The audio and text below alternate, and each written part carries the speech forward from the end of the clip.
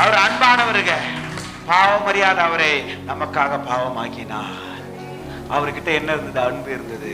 இன்னைக்கு ரோமர் 5ஆம் அதிகாரத்துல படிச்சு பாத்தீங்கன்னா, நான் பாவிகளா இருக்கும் பொழுதே கிறிஸ்து எனக்காக மரித்து அவருடைய அன்பை என்னதென்று விளங்க பண்ணியிருக்கிறார். அவர் அன்பான தெய்வங்க, அவர் பாசமுள்ள தெய்வங்க. நான் ஒரே ஒரு ரெண்டு காரியத்தை ஆண்டவர்கிட்ட கடந்த நாட்கள் அப்படியே எங்கன்னா வெளியே போகும்போது வரும்போது இந்த 2 காரியங்கள் அதிகமா வாயில வருகிறது. ஆண்டவரே, நீங்க எவ்வளவு நல்லவர் ஆண்டவர், நீங்க எவ்வளவு சர்வ வல்லவர் தேவன், அவர் அவ்வளவு பெரியவர், அவர் நல்லவருங்க. உங்க மேல அவர் அன்பா இருக்காருங்க.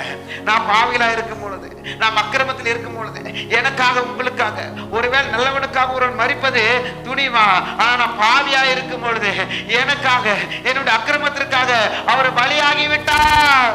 அவர் அன்பான தேவன். உன்னிடத்தில் அன்பு கூறுவது போல பிறரிடத்தில் அன்பு கூற வேண்டும்.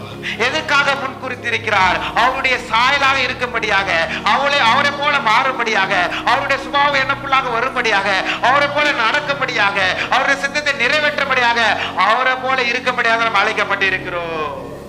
எத்தனை பேர் ஆமென் சொல்றீங்க?